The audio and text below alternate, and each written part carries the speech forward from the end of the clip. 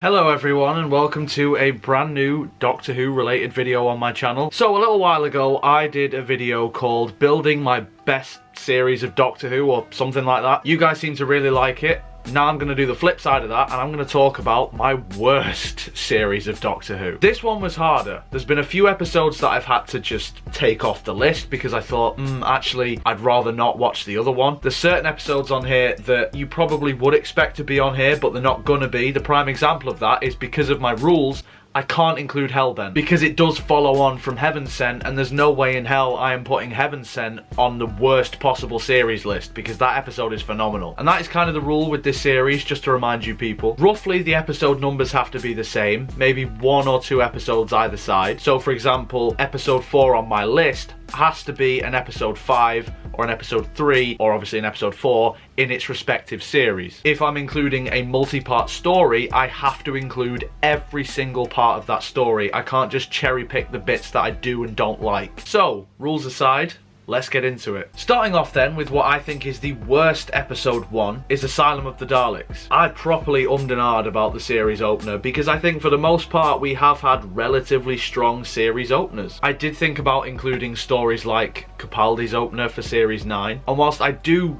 genuinely hate that story because it does have wasted potential, with this one I think it's just flat out shit and it doesn't present you with any good ideas. With Magician's Apprentice and Witch's Familiar, you do have good ideas in there. Whereas with this one, I don't find anything redeeming about this story. Amy and Rory getting divorced is the most pointless Doctor Who subplot that I think the entire new series has produced. It adds new bits of lore to the Daleks that I don't really think work for them. I think some of the concepts in here work a hell of a lot better for villains such as the Cybermen. It makes more sense. The Daleks wouldn't just throw away their insane ones, they'd just destroy them. This was just Moffat throwing a load of shit at the screen and seeing what sticks. You get glimpses of classic Daleks throughout this entire thing and they're fucking meaningless. We also get our first glimpse of Clara, or in this story, Oswin, which at the time I thought was cool, but with hindsight, knowing everything about Clara and her story and why she was there in the first place, it's properly fucking dumb. And we get introduced to the Parliament of the Daleks, which is honestly one of the most retarded things that I think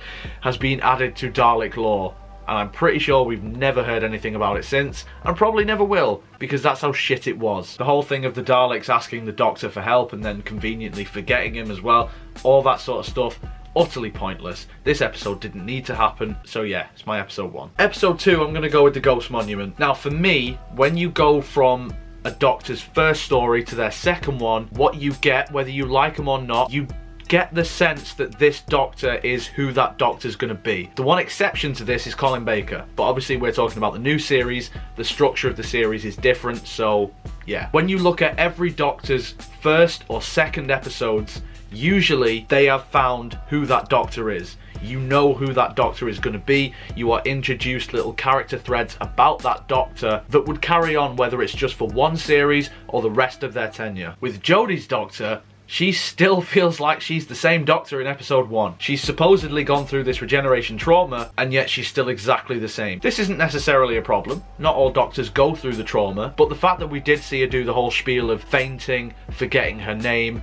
the whole smart boy, that thing, oh, that makes me cringe every time. The fact that we saw that, and yet we're still seeing it in a second episode, was really worrying for me. Not only that, this episode looks incredible, don't get me wrong, but it is purely style over substance. The actual story in this is so dull and boring, and like with the majority of Series 11, it gives you this approach of, we'll tell you about it, but we're not going to show you it. It's just exposition, move to a different place, exposition, rinse and repeat. Whilst the scale in this episode is so big, you don't feel like there's a massive threat. You don't feel anything. It's just, they're somewhere pretty, there's a couple of bad things happening, and also there's like demonic rags as well. Episode 2s are generally not that great though. Usually they have been pretty poor, so this one was probably the hardest one to choose. However, episode number 3, again, usually not the standout stellar episode of the season. This is usually just another sort of run-of-the-mill one. And I've gone for Gridlock, because this story, Oh, this story. Considering that recently I watched the Macra Terror, the new animation. I have got a review of it coming out soon. And when you compare the Macra in that compared to the Macra in this episode, just, you know, background characters essentially, they're not a major player or a major threat. This episode just feels like a huge amount of wasted potential. The Macra are never going to be the Daleks or the Cybermen or the Master. They're never going to be an iconic Doctor Who villain, I don't think. They're going to be a mid-tier villain at best, and I get that and I understand that, and I'm not going to have a go at this story for not making them better than what they are. However, if you have seen the Macra Terror and you compare them to this story, it's just shit. Plus, it felt lazy. The Doctor taking Martha to somewhere that he'd already taken Rose, and they really hammered home the whole the Doctor misses Rose, but Martha really likes the Doctor. I hated that story arc, and it's really on show in this one. It's basically Doctor Who gets in a traffic jam. That's it. It's not a great story. It's not memorable.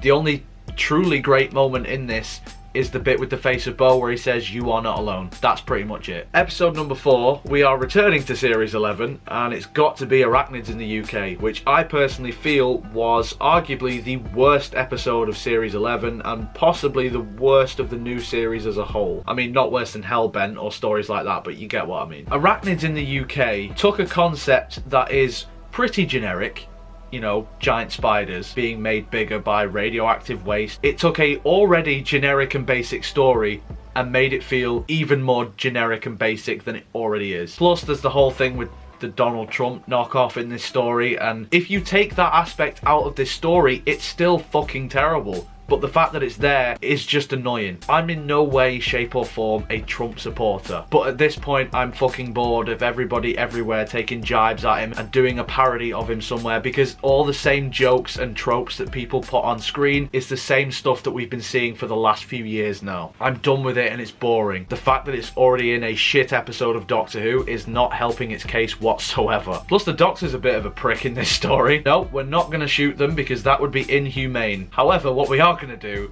is let them choke and suffocate, because that's way more humane, is it? I am really not a fan of spiders.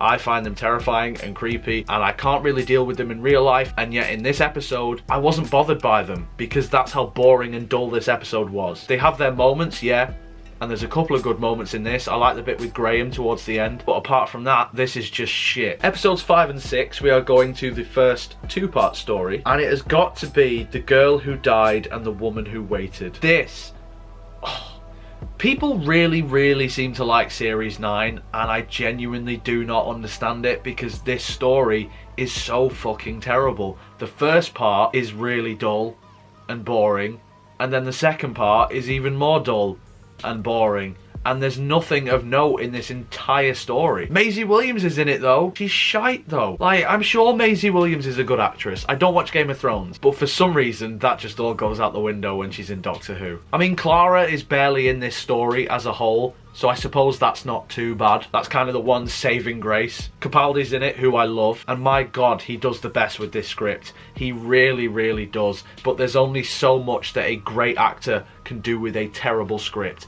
There was literally nothing that Capaldi could have done to salvage this in any way, shape or form. It's a bit ridiculous and reckless of the Doctor to give somebody this pill in their head or whatever it was that would turn them immortal. Why has the Doctor got something like that, and why would the Doctor use it? Surely he would have known better than to use it. But instead it sets up this story arc of this character that we don't give a shit about. The only reason why we should give a shit about her is because it's played by Maisie Williams, who people recognise off of Game of Thrones. If Ashilda was played by literally any actress that you'd never seen before, you wouldn't give any fucks about her whatsoever. So just because it's got a semi-famous face playing the role, why should we care even more? The dialogue, the script, that's what should make you care. Rufus Hound is also in it, which is cool,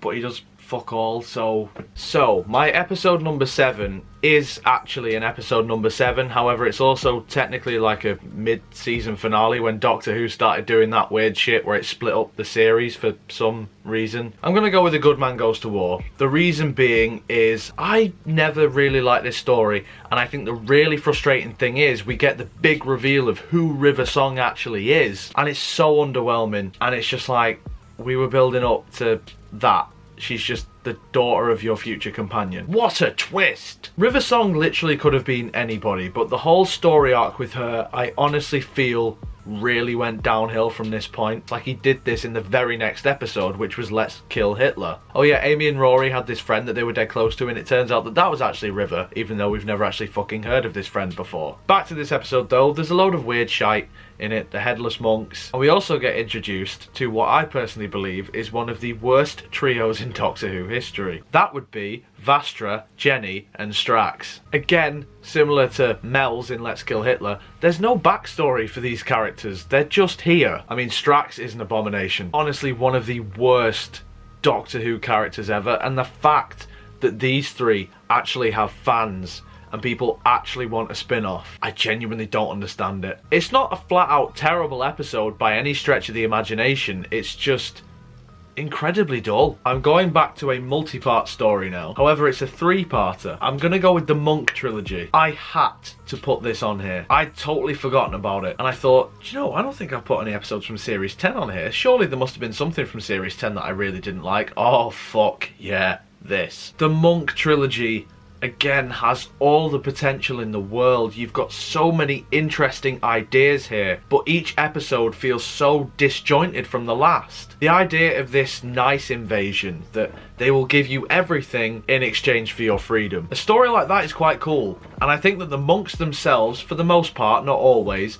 but I think they look pretty good. I like the fact that the Doctor's blind for a bit, because then that's a new challenge to this invasion as well. It makes it slightly different. I can respect that what they were trying to do with this story was try something new, but with an old sort of format, like an Earth invasion story, but they just do it in the worst way possible. I mean, the first part, Extremis, I know a lot of people really like that part and said it's the strongest one.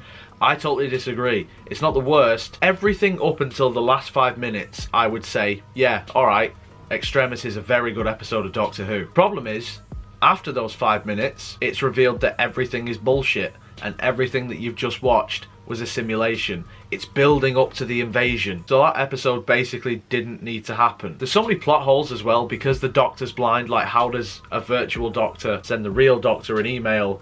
How can he read it because of his blindness? Like, stuff like that just doesn't make sense. The second part is probably the strongest, in my opinion. It's not great. I like the whole idea of the world is going to end because of a virus, and that's why the monks are there. They've got an excuse to invade, and I like the fact that Bill is so desperate that she's the one who actually causes the monks to take over. It's still pretty dull and boring though for the most part. And then the third part is just a snooze fest. It's just not great. It's really not great, and I honestly have no interest in watching this story ever again. If I never see this three-parter again, I'll be happy. I've watched it through twice now, and I'm alright. Like, that's it. I don't want to watch this anymore. It's just crap. It is such a shame though, because there are some truly great ideas here that I think would have worked in other episodes and with other concepts blended with it, but I think everything here just feels so disjointed and all over the place, and let's be fair, it was written by multiple different people, so that's probably why. Episode number 11 then, and I'm going to be going with Closing Time. As you're probably aware though, usually the penultimate story before the finale is very hit and miss a lot of the time. It's very much a fluff episode, a filler episode, an episode that is sort of calming you down before you go into what is typically a big grand finale. So in that regard, I can't really get mad at Closing Time, and you are going to get that in a TV show. The only issue that I have with it is we bring back a character who I really enjoyed in The Lodger. I do really like Craig, and I like his story, and I am invested in him as a character. I didn't need to see him again though. Not only that, it's a Cyberman story. You guys know how I feel about them. They're invading from underneath a shopping centre, and they get defeated by love. And for some reason, James Corden fits into one of those Cyberman suits. I thought when you got converted by a Cyberman, you were cut up into pieces and put into it, not just they put the suit over you. Like, this episode is poor. Even for filler. There are some really witty and humorous moments, and I do really enjoy Matt Smith's performance, and I love his chemistry with James Corden. I think they work together really, really well. So if there's anything about this episode that I would enjoy to see again, it would be that. But The Lodger whilst it's not perfect, is a much better episode, so I go and watch that. I don't need this one. It does no favours for the series as a whole.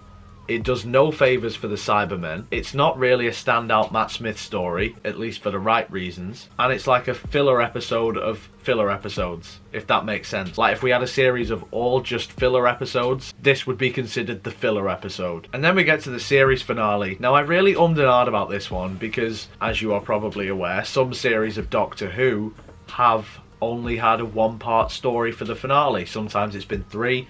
Most of the time it's been 2, so it was difficult trying to pick and choose. I was trying to think of a story that overall was bad, or that I didn't enjoy and that I wouldn't want to rewatch again. But I thought, I really don't like Dark Water and Death in Heaven, which I don't.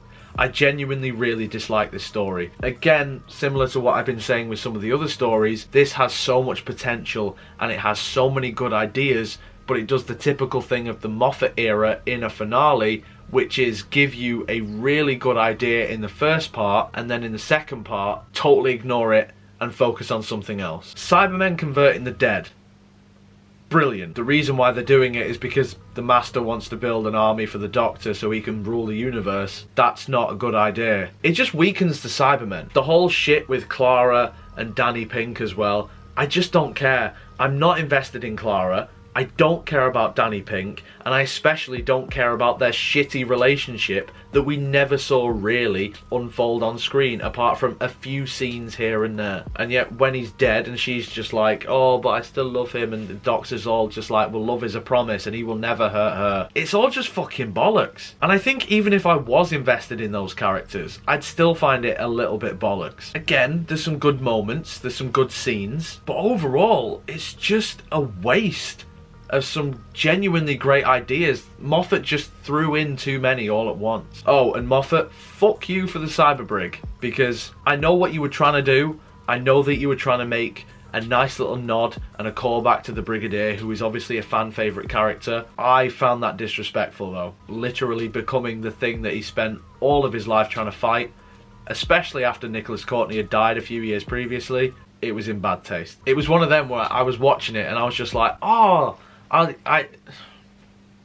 no, I don't like that actually. The one truly great moment in this entire story is where the Doctor and Clara say goodbye to each other. I thought that was a perfect ending for Clara, and I'm so glad that finally we had a decent ending and a decent version of Clara to end off on, and you know, she would go off into the sunset and we would never see her again. Also the moment where he bashes the TARDIS console, I thought that was pretty cool as well. But apart from that, not a lot in here. Chris Addison, whee! Why people like that, for fuck's sake, that's cringe as hell. Yeah, there's definitely a lot more bad in this than there is good. Would I say that these 2 episodes are the definitive worst finale? I don't know.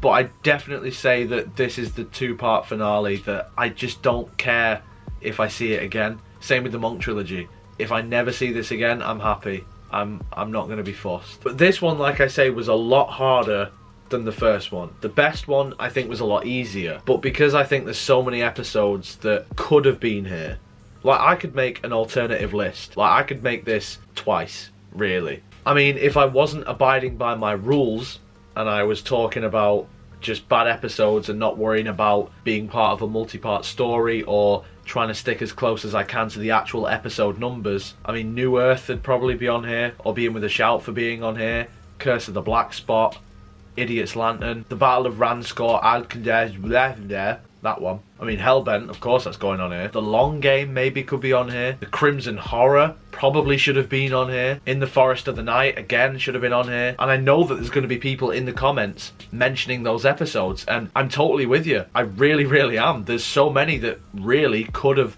and should have been on this list. Shakespeare Code, I think that could have been on here. The Lazarus Experiment, The Witchfinders, Fear Her, Love and Monsters, like, there's so many. But yeah, in the comments below, guys, let me know what you think. What do you think of my list? Do you think I should have swapped out some of the ones on my list with some of the ones that I just mentioned then? What would your list be? If you enjoyed this video, make sure you leave a like on it. Subscribe for more. Social media and Patreon links are in the description as usual. And if you would follow me on any of them, then I would absolutely love you forever. But until next time, guys, you take care of yourselves. Goodbye.